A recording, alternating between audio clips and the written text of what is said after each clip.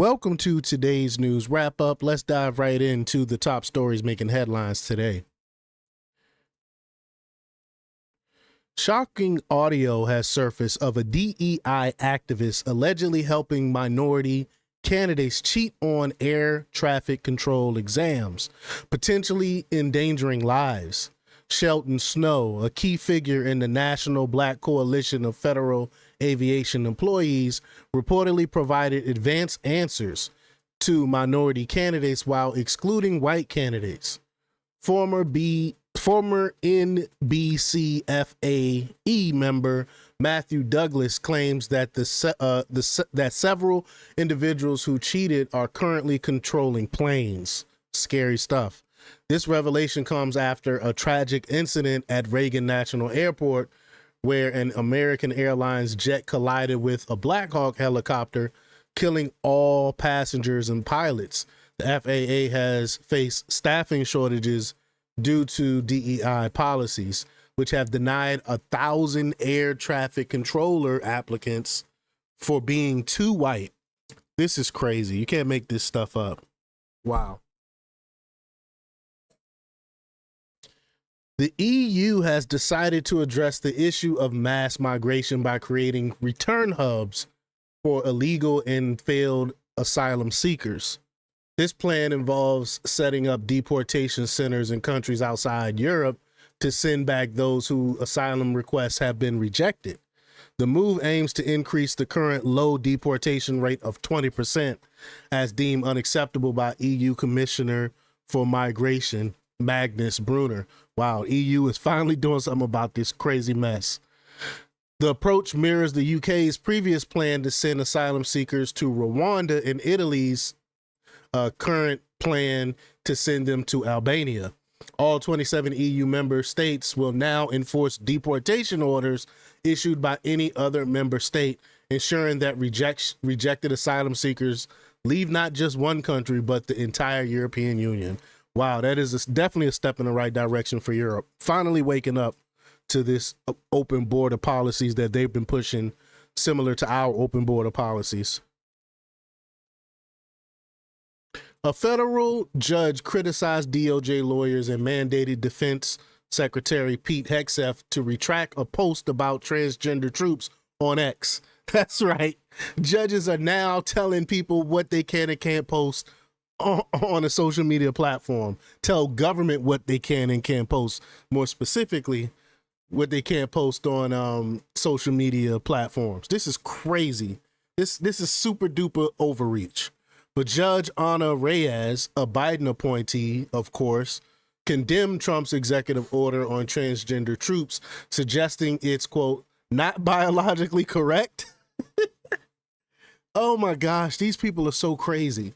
She highlighted military spending on Viagra versus gender dysphoria treatment. This is madness. The judge indicated she would support a group of transgender soldiers challenging Trump's order. So this is a hint right here. Reyes has a history of contentious interactions with DOJ lawyers, including accusations of misconduct and biased behavior during court proceedings. Despicable judge. Speaking of bad judges, Obama-appointed Judge Beryl Howell has blocked parts of President Trump's executive order that barred employees from the DNC law firm Perkins Coie from entering federal buildings. Howell granted a temporary restraining order citing due process violations and expressed concern over the president's power to restrict government business with any company. Did she not understand what this company did to Donald Trump? They created an entire dossier to go against this man. They made this whole story up to try to stop him from winning office. We know the whole PP tape stuff. This was all created by Perkins Coie. Well, paid for by Perkins Coie. Well, Perkins Coie linked to Hillary Clinton and the controversial Trump-Russia dossier had its security clearances stripped by Trump. And he has every right to do. He is the chief executive officer. But Howell has a history of ruling against Trump and has been criticized for her partisan actions. The judge's decision underscores ongoing legal battles and political tensions surrounding Trump's executive orders. Rep. Marjorie Taylor Greene has called on the DOJ to investigate recent attacks on Tesla dealerships, charging stations, and vehicles, suspecting groups like Antifa might be involved. We all know who's really behind this. George Soros is funding all this madness. It's terrorism. We need to call it what it is. It's domestic terrorism. With Greene's letter to Attorney General Pam Bondi and FBI Director Kash Patel highlights the involvement of Democrat-affiliated NGOs in these attacks. President Trump has threatened to label the perpetrators as domestic terrorists, emphasizing the administration's awareness of some individuals behind the attacks and their commitment to apprehending them. The attacks have been linked to backlash over Musk's role in mass federal workforce cuts and the cancellation of humanitarian program contracts. FCC Chairman Brendan Carr has invited the public to help deregulate the agency through a new initiative called Delete, Delete, Delete. I'm all for it. Y'all know I'm all for deregulation. But the initiative seeks public commitment on which FCC regulations should be eliminated to alleviate unnecessary regulatory burdens. Carr's announcement follows President Trump's leadership in promoting deregulation to boost economic opportunity by removing outdated and excessive regulations. The effort is aimed at reducing obstacles for innovators, entrepreneurs, and small businesses, ensuring efficient and effective government operations. The public's participation and feedback are encouraged to identify regulations that are no longer necessary. I love this idea. Let's delete these crazy, outdated regulations.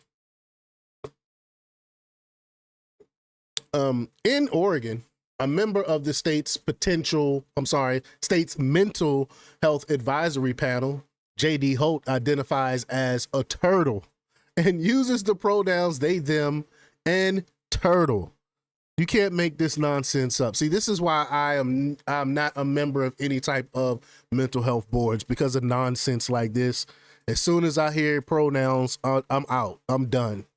It's crazy. It's madness. And now we got to call people that lost their minds like this person. We got to call them turtle. Are you serious? But Holt, who goes by J.D. Terrapin on Facebook, is one of about 24 quote unquote consumers on the Oregon Health Authority Consumer Advisory Council. The council advises on best practices and policies in mental health services and includes members like lived experiences of behavioral health challenges. Holt has also been known to support anarchist causes and has encouraged actions against federal immigration authorities. The council's duties include investigating, evaluating, and recommending the state's behavioral health resources. Talk about nuttiness.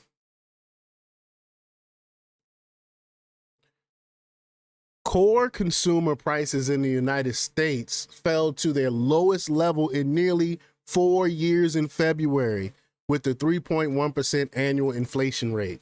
Wow, this is amazing news. This figure came in below market expectations and represents the lowest rate since April 2021. The Bureau of Labor Statistics reported a modest 0.2% rise in the Consumer Price Index, putting the annual inflation rate at 2.8%.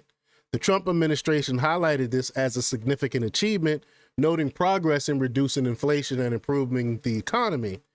Federal Reserve officials might consider rate cuts in response to the easing inflationary pressures. Egg prices saw a whopping 10.4% increase, prompting a $1 billion strategy to combat avian influenza and support the poultry industry.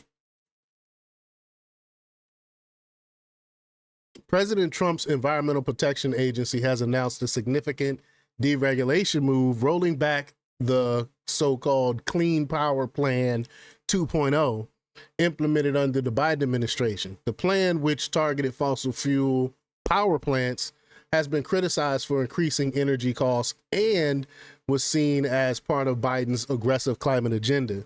EPA Administrator Lee Zeldin emphasized that this decision aligns with the Supreme Court rulings and aims to provide Americans with reliable and affordable energy. Additionally, the EPA is terminating $20 billion with a B in grants awarded to nonprofits for climate projects, citing concerns over fraud and mismanagement. This move is part of Trump's broader effort to reduce federal regulations and empower states. The era of fraud, just creating just putting climate change in your title or creating a climate NGO where you can just get money from government, those days are over, and thank God for that. A pro-Ukraine war activist set himself on fire while attempting to vandalize a Tesla charging station in North Charleston, South Carolina, to protest against Elon Musk and President Trump. The activist spray painted an anti-Trump message before trying to bomb the station with Molotov cocktails. During the attack, he accidentally set himself ablaze and fled the scene. I'm sorry, you can't make this crazy nonsense up. Authorities are investigating the incident, which caused approximately $60,000 in damages. I'm sure when someone go to the hospital and say they got burned, it'll send some red flags up and we'll be able to find this individual. But the Bureau of Alcohol, Tobacco, Firearms, and Explosive, or ATF, is now involved in identifying and apprehending the suspect. The incident reflects a growing trend of vandalism targeting Trump, Tesla, and Musk. Kenyon College in Ohio is under scrutiny for allegedly violating state laws by requiring students to share bathroom facilities with the opposite sex. America First Legal claims the college is not adhering to a new state law that mandates restrooms and locker rooms be categorized by biological sex rather than gender identity. AFL has urged the Department of Education and the Ohio Attorney General to investigate. The college argues that its administrative restrooms are not exclusively for student use, thus exempt from the requirements. However, AFL maintains that all multi-occupancy restrooms must comply with sex-based entry restrictions. Lastly, South Dakota has passed a law banning the use of taxpayer money for developing, promoting, or purchasing fake meat products such as lab-grown beef or insect-based foods. Representative Jana Hunt introduced a bill which received unanimous support in the state legislature and was signed into law by Governor Larry Roden. Wow, I love it. The law, effective from July 1st, aims to protect traditional farming amid global pushes for synthetic food options driven by figures like Bill Gates and organizations like the World Economic Forum.